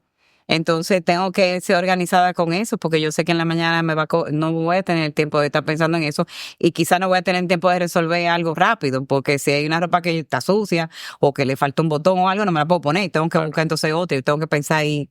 Entonces hay cosas que uno tiene que hacer anticipadamente y esa es una de ellas que en la mujer ayuda mucho a uno organizarse. Claro. Es más, a veces yo me organizo la semana entera si tengo muchas actividades, yo digo, bueno, espérate, esto tengo que llevarlo a la lavandería. No puedo venir a querer ponerme algo que después está sucio. Entonces, por eso es que te digo que es un esquema mental un poquito complicado, pero lo hace muchísima gente. Claro. Lo hace mucha gente, es cuestión de esa disciplina y de organizarse. A veces, como tú dijiste ahorita, a veces la gente es más ocupada, le rinde mal tiempo que la que no está ocupada, porque uno ha aprendido a sacarle al tiempo el máximo provecho. A crear eficiencias. Así mismo, y ser muy eficiente en el tiempo que uno tiene. Sí. Eso es así. Sí, yo no recuerdo dónde leí eso, pero decía como si tú quieres que algo se haga, dáselo a la persona más ocupada. Yo no lo había oído, yo no había oído eso, pero tiene sentido, porque fíjate cómo era que me llamaban del colegio mis hijos. No, es que ya hemos llamado muchísimas madres y todas dicen que no, yo sé que tú lo puedes hacer. Y yo le digo, con todo lo que yo tengo que hacer, te voy a quedar mal. Y me decían, no, tú no nos vas a quedar mal. Eso era lo que me decían. Preferimos tu esfuerzo mediocre que el de otra madre al 100%. Otro, así mismo. Y yo hacía todo el esfuerzo, obviamente, para no quedar mal. Claro. Eso es así. ¿Qué tan buena tú eres delegando? Bueno, eso es un trabajo que uno tiene que aprender en el tiempo, porque muy importante. Soy de la gente que a veces quiero como acapararlo todo. Y lo he aprendido porque de la única manera que yo puedo hacer toda la actividad es delegando el trabajo. Y he aprendido a confiar en mi equipo. ¿Y cómo he aprendido a confiar en mi equipo? Preparándolos, ofreciéndole todo tipo de actividades de formación en las áreas que están, hablando con ellos. Ellos obviamente me ven el ejemplo, me preguntan, se sientan conmigo, me escuchan, me los llevo a reuniones para que me oigan, y la verdad que me siento súper orgullosa del equipo que hemos formado en la empresa, porque me han dado ese respaldo, me respaldan 100%, porque las actividades de gremio ahora, Copardón, la verdad es que se le dedica mucho tiempo. Y yo necesito ese respaldo porque tenemos una cartera importante de clientes que atender. Pero jamás dejo de visitar a mis clientes, atenderlos. La verdad es que las herramientas digitales, por ejemplo, con el teléfono y el tema del WhatsApp, son maravillosas.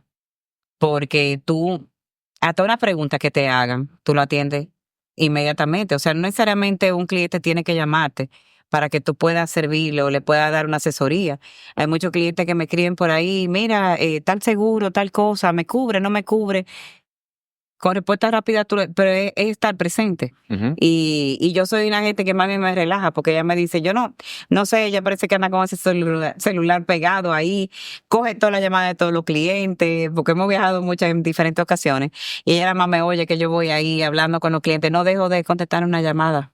No dejo de contestar un WhatsApp, quizá no lo contesto alguno con la agilidad que se requiere, porque estoy en una reunión, porque estoy ocupada, pero sí estoy presente 100%, y obviamente al equipo pues le delego también muchas cosas que son operativas, que ellos perfectamente las pueden hacer. Esa es una de las cosas más importantes para uno ser eficiente. Pero yo me doy cuenta que al mismo tiempo tienden a ser las más difíciles para personas que son muy preocupadas por su trabajo. Porque uno tiene como esta mentalidad de que si yo no lo hago no queda igual. Sí. O uno se hace una especie de control freak, de que quiere tener control de todo, de cómo está pasando, etcétera. Y tú quieres saber una cosa, después nos vamos y la vida sigue.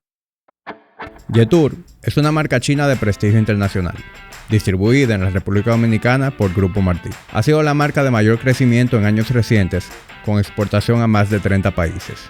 En su showroom puedes ver 4 modelos disponibles: la X70, la X70 Plus, la X90 Plus y la Dashing. Todos cuentan con una garantía de 5 años o 150,000 kilómetros con el mantenimiento preventivo incluido. Jetour, drive your future. Entonces... Sí. Y a veces tú luchas mucho con eso, y cuando tú contratas a alguien a que te dé la mano, lo hace mejor que tú. Eso es así. Me ha pasado. Sí. Y tú dices, ¿por qué yo duré tanto para delegar esto? Para delegar y conseguir una gente que lo hiciera hasta mejor que yo. Así es, así mismo. Sí, o sea, ya hay muchísimas cosas que yo le pregunto al equipo. Ven acá, ¿cómo le podemos conseguir esto a fulano? No sé qué. No, venga. Y le paso la llamada. Te van a ayudar aquí. Porque hay cosas que ya ellos tienen la agilidad del día a día, de la operatividad. Y eso es de eso se trata una empresa. De que uno esté ahí para la parte estratégica, para temas que ya escapan fuera de ellos, administrativos, financieros, etcétera, y que ellos tengan el día a día. Y nada, he aprendido a confiar. En ese mismo proceso de aprender a delegar, he recurrido a varios libros, y el mensaje es que uno debería invertir su tiempo en la cosa que uno mejor hace y en la cosa que uno tiene más incidencia. O sea, lo que genera más, o sea, en lo que tú eres mejor. Sí. Y en eso que tú eres mejor es lo que genera un mejor resultado. Eso es así. Después, todo lo demás, tú deberías, en medida de lo posible, ¿verdad? Contratar personal. Y que lo hagan, y como tú dices, lo van a hacer mejor que uno. Y yo he estado en ese proceso, tengo más o menos 2 años, como con ese mindset de ir creando equipos, y he avanzado en ese proceso. Sí, he aprendido a soltar, he aprendido a dedicarme, ¿verdad? Porque a veces la gente cree que delegar es contratar a una persona y que mágicamente lo haga. No. Tú tienes que dedicarte ahora a trabajar de lado con esa persona, a que aprenda a trabajar o que aprenda a hacer las cosas como tú quieres que se hagan. Claro. A contagiarlo con la sensibilidad que tú tienes hacia las cosas. Eso es. Hacia tu misma ética de trabajo. Eso es. Si son personas más jóvenes, a veces hay que sermonearlo y adoptar como este papel de Papa Bear en el que yo te estoy dando lecciones de vida en paralelo a hacer temas profesionales. Ajá. Eso es así. Pero yo te voy a decir una cosa, yo me siento muy contenta y muy satisfecha de ese personal, y como tú dices, del tiempo, le he dedicado tiempo, obviamente, a sentarme con ellos. Mira, vamos a analizar esto es de esta manera, pero lo pongo a aprender también, porque en el caso de los seguros yo le digo, léelo, búscalo, A veces yo me pregunto y le digo, no, busca la respuesta, búscala tú y dímela a mí. O sea, los retos a que busquen los temas ellos mismos. A veces le digo, mira, esto no está bien, busca ahí, tú vas a ver que hay algo que no está bien, que está mal. Y eso lo hace, pues, que ellos dediquen más tiempo y se sientan retados. Y tan fácil que es hoy en día buscar la respuesta. Ay, sí. Ya no es ni Google que tú tengas en los bolsillos, tú tienes un ChatGPT. Así mismo. Y tú sabes que yo he cambiado mi forma de pensar o más bien de comportarme alrededor de ciertas cosas. Porque tú sabes que a veces tú tienes una conversación con tu pareja o lo que sea y surge muchas esa pregunta, ¿qué será tal cosa? Y tú, por un viejo hábito que tú cargas, entonces no, yo no sé, y te quedas con el no sé. Te queda no sé. Ya yo no me quedo con el no sé, yo digo, te digo ahora. Déjame buscarlo. Y ahí mismo. Y te va nutriendo. Sí. Te va nutriendo. O sea, ya uno no puede uno no puede conformarse con un no sé. ¿Por qué? Eso es. Tú tienes un ChatGPT en el bolsillo. Eso es. A veces toda la respuesta. No hay ni que escribirle, tú le dictas, ChatGPT, dime tal. Dime tal cosa y te lo dice. Dímelo más breve. Dímelo qué cosa. Sí, así mismo ahí te ayuda a hacer cartas. Te ayuda a redactar cualquier tipo de nota que tú necesites, a redactar un reporte. A mí a veces se me olvida que existe ya ChatGPT, tengo que acostumbrarme a que existe. Y la otra noche yo estaba un poco contrariada. Entonces mi hijo llega porque tenía que hacer un discurso el otro día que me había cogido el tiempo y ya era de noche y yo me había sentado a escribir nada. Y entonces se lo dije a mi hijo Enrique y le digo, ay Dios mío, yo tengo que hacer este discurso y yo no sé, me dice, ¿y de qué tú quieres hablar? Y yo le dije de tal cosa, mami, pero ven, vamos a buscar la computadora, vamos a hacerlo en ChatGPT. Y yo, ay Dios, a mí se me olvida que eso existe, déjame hacerlo. Y efectivamente, él me dijo, ven, escríbeme, ¿qué es lo que tú quieres decir? ¿Cuál es el mensaje que tú quieres dar? Entonces yo me senté, puse ahí, Yo en menos de 10 minutos tenía ya mi discurso listo. O sea, esas son las cosas que nos impregna la juventud. Claro, y a eso tú le agregas el machine learning, que va aprendiendo con los mismos prompts que tú le das a darte respuestas más precisas e incluso ese mismo discurso a usar las palabras que a ti te gusta usar, a hablar en el lenguaje que a ti te gusta usar. Okay. O sea, se va afinando. Se va afinando al estilo de uno. Claro. Ya, sí, porque sí tuve, después que estuvo listo, tuve que ponerle, ¿verdad? Sí. Mi forma. Pero ya veo que se puede ir perfeccionando. Claro. Y eso, que estamos en pañales. ¿Dónde vamos a estar en 5 años? O sea, no sabemos. Pero el mundo no se detiene. Sí. Eso es así. Y siempre que se están hablando de estos temas, surgen temores. Que la inteligencia artificial, que vamos a perder trabajo, que vamos a perder... Y van surgiendo nuevas cosas. Siempre hay trabajo nuevo. ¿Cuántas cosas no se están haciendo hoy en día que eran impensables? Esto, un podcast. Jamás en la vida me imaginé yo que yo iba a estar haciendo esto. Jamás, pero jamás. No. Jamás en la vida que yo iba a estar haciendo esto. Esto no existía. O sea, mencionar la palabra podcast en el año 2005. No. Literalmente no existía. No existía. Entonces, mira, ya alrededor de esto está la producción, está la postproducción. O sea, ya hay una industria que gira alrededor nada más de este solo. Así es. De este solo producto que es un podcast. Y así mismo van surgiendo cosas nuevas. Entonces, muchísimo. ¿Sabes? Pero siempre hay oportunidad de empleo. El tema de que se van a perder empleo y de eso a mí no me preocupa porque sé que se van a ir transformando y siempre se necesita gente. Ciertamente hay industrias donde la robótica obviamente tiene una incidencia muy alta, pero siempre tú vas a necesitar el personal que opere esas maquinarias y esos robots. Entonces lo que tenemos es que ir dirigiendo esos nuevos pensamientos y esas nuevas formaciones y habilidades, tenemos que irla incentivando y tenemos que ir llevando esa juventud a esa necesidad. Sí. Lo que yo sí creo es que una persona que salga, y no tiene que ver ni siquiera con inteligencia artificial, una persona que salga de la universidad y que asuma que ya terminó de aprender lo que va a aprender, está destinada a hacerse obsoleto y a fracasar. Sí, así es. O sea, en la vida uno tiene que tomar el rol del eterno aprendiz. Siempre aprendiendo. Morir aprendiendo. Siempre aprendiendo. Y eso es lo que te permite actualizarte. Pivotear y ir de acuerdo a los tiempos. Y aprovechar las oportunidades. Porque es que también... ¿Por qué hay que encerrarse en un personaje o en un solo oficio? Claro.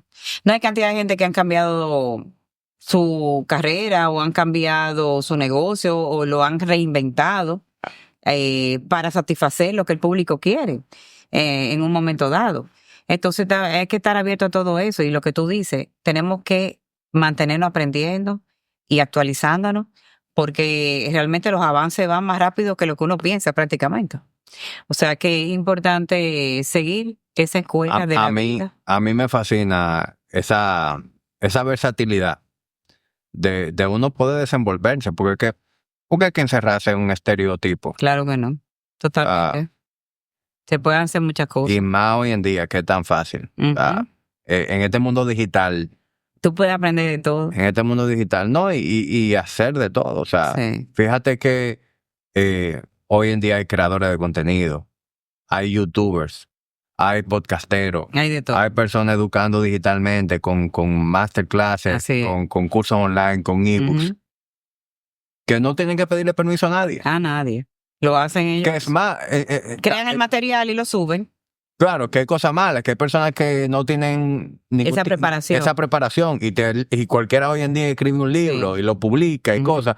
Bueno, sí, pero ya toca tener el ojo crítico, ¿verdad? De identificar quiénes son las personas en las que tú quieres confiar para que te eduquen. Así es. No, y eso son cosas que tú puedes buscar. Y los charlatanes en el sitio siempre. Sí, en todos lados, en todos lados. Pero yo sí creo en eso que tú dices. Uno tiene que mantenerse actualizado y estudiando y pensar que tú vas a aprender, seguir aprendiendo siempre, toda la vida. Porque si no te mantienes, te queda obsoleto. Y esa es la realidad. Y uno que está en el mundo de los negocios tiene que estar abierto a los avances, cómo afectan el negocio, adaptarte, ser flexible. No pensar, no, esto es así, estructurado, cuadrado, sino que tienes que pensar cómo tú vas a satisfacer a los clientes tuyos de otra manera. ¿Qué quiere el cliente? Claro. No, porque el cliente ahora es un cliente que conoce más. Entra, ya busca, googlea, pregunta. Hay muchos clientes que ya nos llaman y nos dicen, mira, yo quiero tal seguro de tal empresa. ¿No quiere que yo le haga una propuesta con varios planes? No, es que ya yo lo busqué, ya es el que yo quiero. Claro. Clientes que tienen más conocimiento. Claro. Y que por lo tanto hace que ustedes tengan que estar mucho mejor preparados. Más preparados. Para que no te agarren fuera de base. Correctamente. Sí, es como en el gimnasio. O sea, es lo mismo. Ya hoy en día cualquier cliente te llega con cualquier planteamiento que escuchó en un podcast, en un contenido de YouTube, y dirá, mira, ¿qué tú opinas de tal movimiento? ¿O qué tú opinas de tal alimentación? ¿Qué tú opinas de qué cosa? Tiene que saber. Si tú no eres una persona que te está educando, tú puedes hacer tremendo papelazo. De repente ese cliente llegó mejor preparado en algo que tú. Eso es. Porque se tiró un podcast de 3 horas. Así mismo es. Y eso se transfiere a todas las áreas. Sí. Y eso es un gran reto que nosotros tenemos hoy en día, que cualquier negocio, cualquier empresa, tiene que saber que se está enfrentando con un cliente que ya viene con conocimiento, un cliente que se edifica, un cliente que ya está formado, que ya ha escuchado, como tú dices, un podcast, que ha leído, que ha visto YouTube y que quizás ha hablado con varias gente que tienen el producto que él quiere comprar y él averiguó cómo le ha ido. Entonces, nosotros tenemos un reto ahí grande, porque no toda la información la vamos a tener nosotros, sino que el cliente trae información que nosotros tenemos que demostrar que tenemos conocimiento y que podemos aplicarle incluso y darle más detalles de esa información que él recogió. Claro. No, ya incluso en torno a lo que es creación de contenido, o sea, una empresa, un negocio que tenga un rol en redes sociales de comunicar. Ante esa circunstancia tiene un rol de una responsabilidad de curar esa información. Exacto.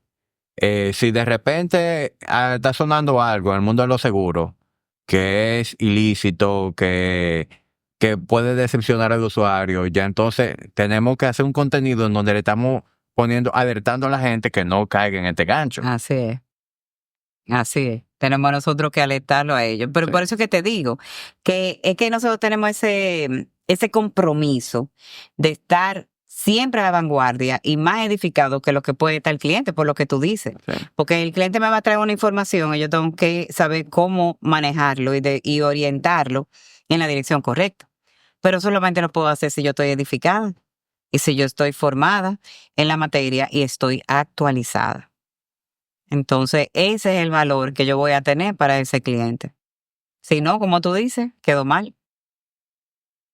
Así es. Ahora, perdón que le den para atrás al tema del código de trabajo. Sí. Pero hasta ahora, ¿cuáles tú has visto que sean los impases para lograr un cambio en la reforma?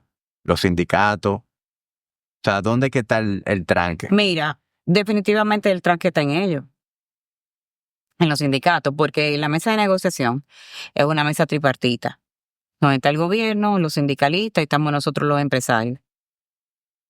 Si los sindicalistas se ponen de acuerdo en una de estas formas que estamos proponiendo de sustitución de cesantía o reestructuración, el gobierno va a apoyar. Porque lo que se tiene que poner de acuerdo somos los sindicalistas con los empresarios. Y ya el gobierno es un mediador ahí. Entonces... complejo eso. Es difícil. Es muy difícil. Pero, y mira, que déjame decirte que yo de verdad que en estos 2 años me he sorprendido de lo mucho que se avanzó. Por eso fue que se logró entregar un proyecto, porque el mismo ministro de Trabajo se propuso que se iba a entregar un proyecto, porque ya eran demasiados años en revisiones y ya había que llegar a una conclusión. Entonces, él mismo fue que nos empujó a todas estas reuniones para poder llegar a acuerdos. Y de verdad que en temas tan neurálgicos como tema de jornada laboral, el tema de las vacaciones, de la licencia de paternidad, yo no me imaginé que nosotros nos íbamos a poner de acuerdo tan rápido con esos temas que son así bien neurálgicos. Y ahí el Ministerio de Trabajo nos ayudó. ¿Por qué? Porque ellos estaban en la mesa como vamos a decir, un mediador, buscando cómo nos podían ayudar. Si planteábamos una modificación, tratar de buscar un punto medio donde nos pudiéramos entender ambas partes. Y realmente de eso se ha tratado todo este tiempo que le hemos dedicado a esta modificación. Y tengo que valorar el proceso. Ha sido un proceso positivo, ha sido un proceso bueno, pero que nosotros entendíamos que si estamos revisando el Código Laboral tenía que ser integral con el tema del costo laboral, y ese costo laboral básicamente está en cesantía y preaviso. Uh-huh. Entonces, por eso que nosotros insistimos mucho en eso, porque sabemos que es el gran obstáculo de la creación de empleos y de los emprendimientos, por el tema de las encuestas que hemos hecho y los estudios que hemos hecho. O sea, ese ha sido el resultado. Entonces, si queremos crear más empleo de calidad, si queremos que las personas tengan mejores salarios y demás, nosotros tenemos que reestructurar la cesantía. Con el seguro para tu auto Unit, obtienes un seguro full para vehículos de hasta 15 años de antigüedad con la mejor cobertura. Además, incluye seguro full, casa del conductor y asistencia vehicular. Y también puedes incluir un auto rentado. Solicítalo en hasta 12 cuotas mensuales con solo un par de clics en la página www.unit.com.do. ¿Tú crees que en el 2025 se logre algo?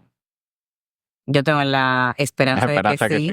Sí, yo soy una persona muy positiva. Siempre lo he sido. Y yo creo que si no se logra en este espacio, se abrirá un espacio donde lo podamos lograr. Estoy segura que sí. En día pasado yo estuve por aquí a Guarocuya. Ajá. Y estuvimos hablando del tema de la reforma, la propuesta que ya se desestimó, pero estuvimos hablando de esa propuesta. Y él decía que con respecto a lo que es la recaudación, tú sabes que uno de los mayores problemas es que hay un sector informal que es muy grande, o sea, claro, aproximadamente el 50%. 56%. 56% de la población es informal. Entonces, el Código de Trabajo lo que te regula es la relación empleador-empleado. Seguimos teniendo poca incidencia en ese 56%. Así es. Y que una de las mejores maneras de mejorar la recaudación era hacer una reforma integral que lograra tener incidencia en ese sector informal, en bancarizarlo, en que hubiera algún tipo de estructura alrededor de eso y que por lo tanto se pudiera tener recaudaciones. ¿Te ¿Te hace sentido una propuesta como esa? Sí, pero mira también, o sea, ¿por qué cómo tenemos que incentivar la creación de empleo? Que te lo mencioné ahorita. No es solamente revisar el código laboral, es revisar la estructura impositiva que llevan las empresas y que tenemos nosotros que estar atados. O sea, nosotros nos pasamos probablemente los primeros 20 días del mes pagando impuestos. Porque, o sea, el anticipo, la seguridad social, el ITEVI, o sea, la estructura impositiva de República Dominicana es una estructura muy compleja. Entonces, uno de los temas que se han hablado a lo largo del tiempo y que era parte de la revisión del código de la reforma fiscal, la modernización fiscal, era revisar esa estructura. Y ahí había un punto que se atendía, que era el tema del anticipo. Esa modificación fiscal hablaba de el anticipo para la mediana empresa iba a ser un 60% y para la pequeña un 40%. En vez de 100% de anticipo, sino un 40% de lo que tú pagaste el año anterior. Entonces, eso estaba bien pensado, eso ayudaba a desmontar un poco ese anticipo que tenemos que pagar, que el anticipo presume que tú vas a tener un año igual al del año anterior. Pero no necesariamente. Pero las empresas no son estáticas en sus resultados. Sí. Años buenos, años malos, años no tan buenos. Entonces, tú no puedes salir de un supuesto de que yo te voy a pagar un anticipo en base a... ¿Tú te imaginas? El año bueno y entonces en el año malo yo pague el anticipo en base a lo que yo pagué el año anterior. Eso mata a cualquier empresa. Yo lo he vivido. Claro. Yo lo he vivido. Claro. Y con el asterisco de que si pagué de más, no me lo va a devolver del Estado, no. Sino que eso se queda como un... Se queda como un crédito. Un crédito. Que a diferencia de otros países en donde el Estado te devuelve lo que tú pagaste de más. Exactamente. Entonces, el tema de la revisión para crear empleos, hay que verlo desde el punto de vista fiscal y el punto de vista del Código de Trabajo. No, con uno no resuelvo el problema totalmente, sino que tiene que ser una revisión integral tanto de la parte de estructura de impuesto impositiva como de la parte de laboral, de los costos laborales. Con eso sí revisado, pues entonces yo estoy segura que nosotros vamos a poder crear un dinamismo en el mercado laboral de seguro y vamos a crear más empleos formales y ¿qué te trae un empleo formal? Una persona que está protegida socialmente, que no tiene que salir a pedir dinero prestado para ir al médico, que va a tener un ahorro con mira a una pensión, que va a estar cubierto con riesgos laborales. Todo eso hay que valorarlo. Mira, hoy en día yo veo tantos casos de personas que, por ejemplo, tienen un niño con una enfermedad congénita o con una enfermedad persistente del corazón y demás, que anteriormente con un seguro privado no hubiesen tenido cobertura y tienen cobertura hoy con el Seguro Familiar de Salud. Yo misma lo he vivido. O sea, he sido testigo de cómo esa persona me llaman, yo tengo en mi hijo, tengo que hacer una cirugía del corazón, ¿y quién me lo va a cubrir? Yo, pero ven acá, ¿usted no está en una nómina? Sí, usted está en el Seguro Familiar de Salud. Eso se cubre. O sea, el Seguro Familiar de Salud no te discrimina por edad ni por enfermedad. Entonces, eso es un gran avance para la sociedad dominicana. Que tú sabes por qué la gente no lo valora, porque no ha recibido la información. O sea, la Seguridad Social tiene una oportunidad enorme de mejorar lo que es la comunicación de sus beneficios, de los derechos de los afiliados, que no se ha hecho de manera correcta y vamos a decir con una campaña buena, estructurada, para que la gente conozca. Hay mucha gente que ni sabe. O sea, ni conoce. Y mira, estoy hablando personas como tú, como yo, que no se han empapado de lo que el Seguro Familiar de Salud le cubre a su familia. Entonces, eso es una responsabilidad que tenemos. Yo pertenezco al Consejo Nacional de la Seguridad Social y eso se ha planteado en muchos espacios. El tener en las universidades, en las escuelas, en los colegios. ¿Por qué? Porque la seguridad social es un derecho de la ciudadanía. Tú tienes que conocerlo, tienes que aprender.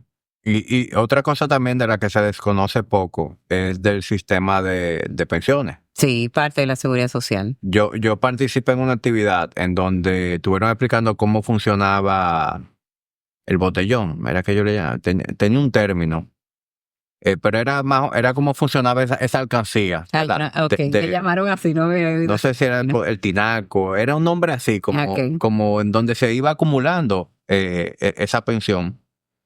Y me enteré en esa actividad de que la razón por la cual mucha gente desconocía de cómo funciona el sistema y a veces se sentía insatisfecha de lo que tenía acumulado, es porque tenía muy poco tiempo en funcionando. Correcto. O sea, sí, tú puedes tener 30, 40 años trabajando, pero tú empezaste a aportar al fondo de pensiones hace menos de 10 años. Correcto. ¿Verdad? Bueno, ya tiene empezamos en el 2003, 20 años. Bueno, 20, me equivoqué por 10, pero bueno, trabajaste 40 años, tú tienes 20 años únicamente aportando al fondo de pensiones. Uh-huh. Entonces, realmente quienes empezaron a trabajar, quienes se insertaron al mundo laboral alrededor del año 2000, son quienes van realmente a gozar de los beneficios de su totalidad. Y lo que han entrado después, ¿entiendes? Los jóvenes, claro, que van a poder aportar toda la cantidad de cotizaciones que manda el sistema.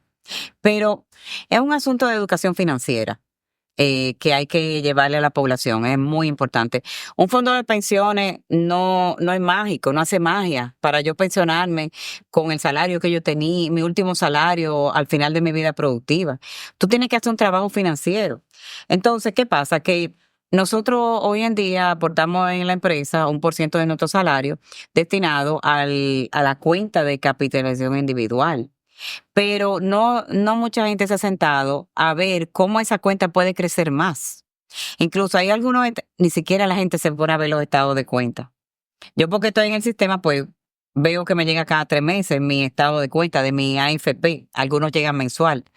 Entonces, abajo incluso algunas ya están poniendo una nota que dice, si usted aporta un 1% más de su salario, usted va a poder tener tanto más en su fondo.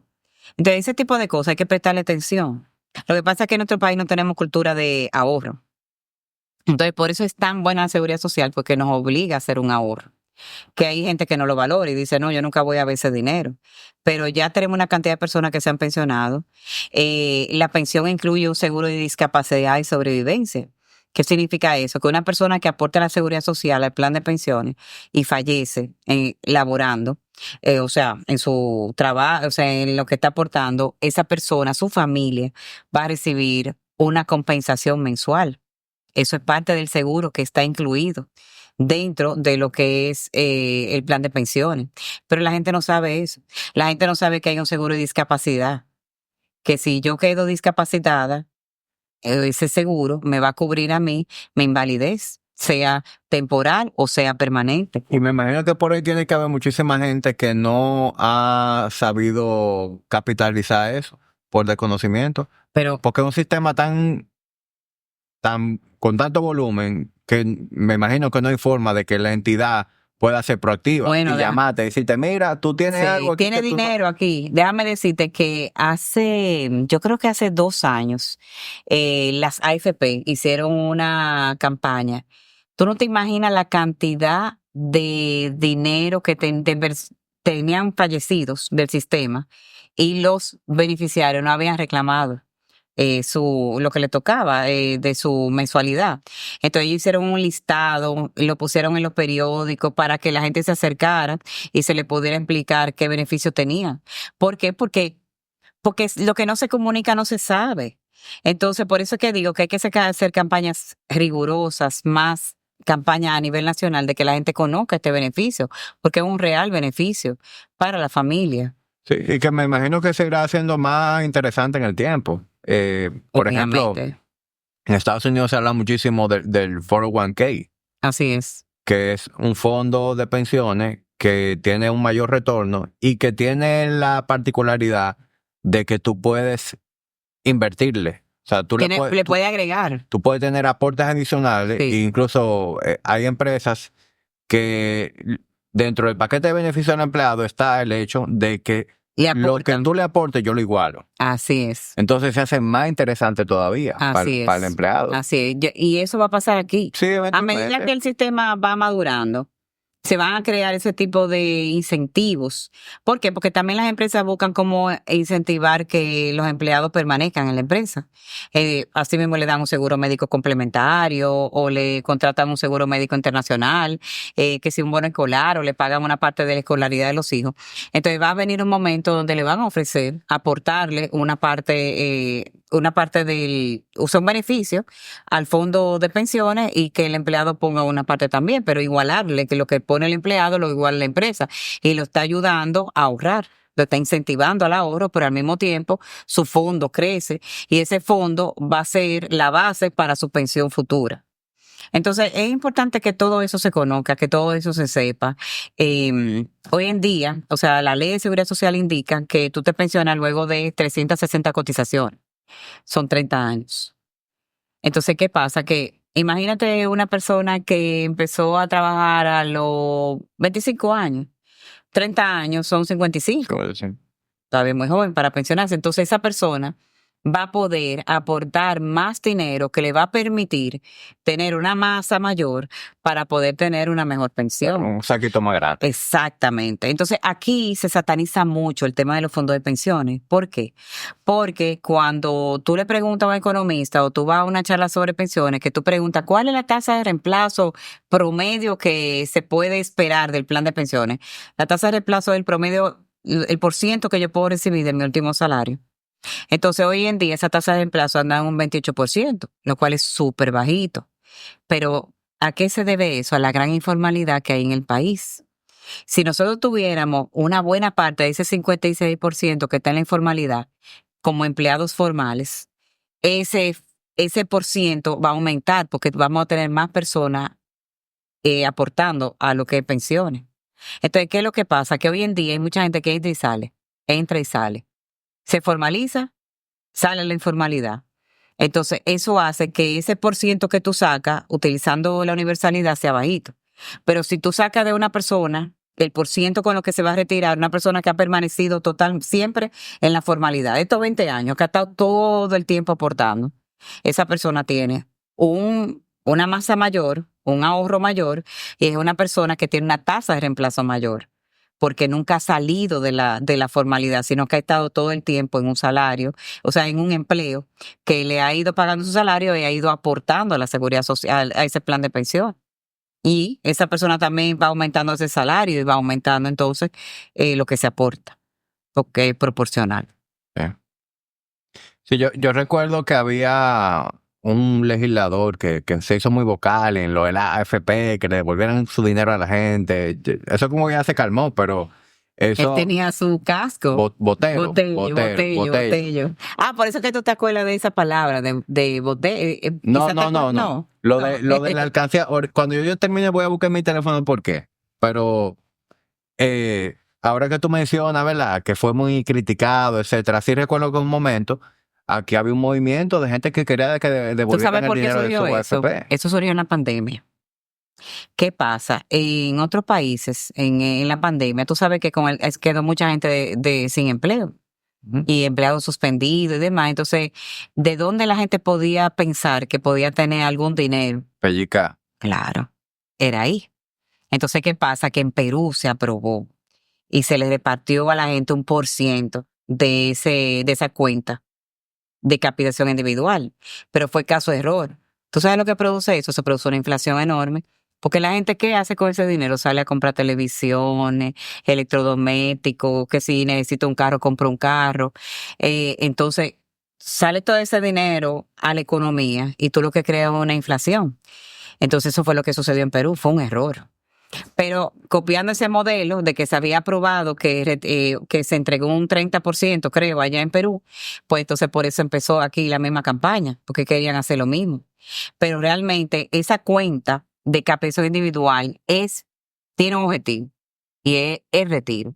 Mira, aquí la gente no tiene esta cultura de ahorro. ¿Y qué es lo que pasa normalmente? Que los padres viven de los hijos. Porque eso, los padres no... Los que vienen anterior a nosotros, la generación más para atrás, no tuvo una cultura de ahorro. Entonces, la idea es que eso se revierta y que en lo adelante las futuras generaciones sí puedan vivir o por lo menos tener ingresos futuros de esa pensión. De dignidad en la vejez. Así mismo es, pero hoy en día se ve mucho eso, que los hijos mantienen a los padres, porque no crearon esa masa, no crearon ese ahorro. Entonces, esto es un ahorro obligatorio que está generando incluso en la misma economía un crecimiento económico enorme y un desarrollo que todos hemos visto en temas de estructura del país, infraestructura hotelera, infraestructura de vivienda, etcétera. Todo eso es el mismo dinero que se invierte en la AFP que está en la economía. Todo eso ha favorecido al país enormemente y favorece a que en un futuro toda esa juventud que se va a retirar va a tener de qué vivir. Sí. Ese es el punto del fondo de pensión, el objetivo. Sí, me hace mucho sentido. Uh-huh. Bueno, Laura, muchísimas gracias por tu tiempo. Yo disfruto mucho esta conversación. Sí. El tiempo, hemos hablado de todo un poco y la verdad que el tiempo ha volado. De verdad que gracias por la invitación a este espacio. La conversación está muy interesante y el tiempo vuela aquí adentro por la conversación, también porque a veces como uno se tranca aquí, uno no sabe si es de día, si es de noche. Ni idea. Sí, a veces yo salgo y me encuentro con el parqueo vacío, que nada más quedo yo aquí. Que nada más está aquí. Sí. Así. Bueno, Laura, la tertulia dura termina con el vino duro. Ay, gracias. ¿Te gusta el vino? Me encanta. Bueno, pues yo alcohol solamente bebo, es lo que me gusta. Pues la pegué contigo. Este vinito, el Cepa 21, ¿tú has probado esa bodega? No. Bueno, es una bodega de Ribera del Duero, un vinito español. A mí me encanta. Pues gracias. Así que espero que lo disfrutes. Lo voy a disfrutar, seguro que sí. 1000 gracias. Y también te tengo estos tags. Estos funky tags, esto lo hace mi esposa. Qué bien. Esta ya es la edición de Navidad. Pues mira que bien me cae, porque no tengo tarjeta de Navidad si tú vas a tener un detallito con alguien en Navidad, pues ya... Ahí tenemos los tags de Navidad. Gracias. Bueno, no creo que dé para la cantidad de personas que tú Qué conoces. Lindo. Pero por lo menos te Bello. Me encanta. Cualquier cosa... Personalizado. Cualquier cosa y más. Gracias. 1000 gracias. Bueno, Laura, muchas gracias por tu tiempo y yo sé que las personas que nos han acompañado hasta este momento también han disfrutado de la conversación. Qué bueno. Hasta una próxima tertulia.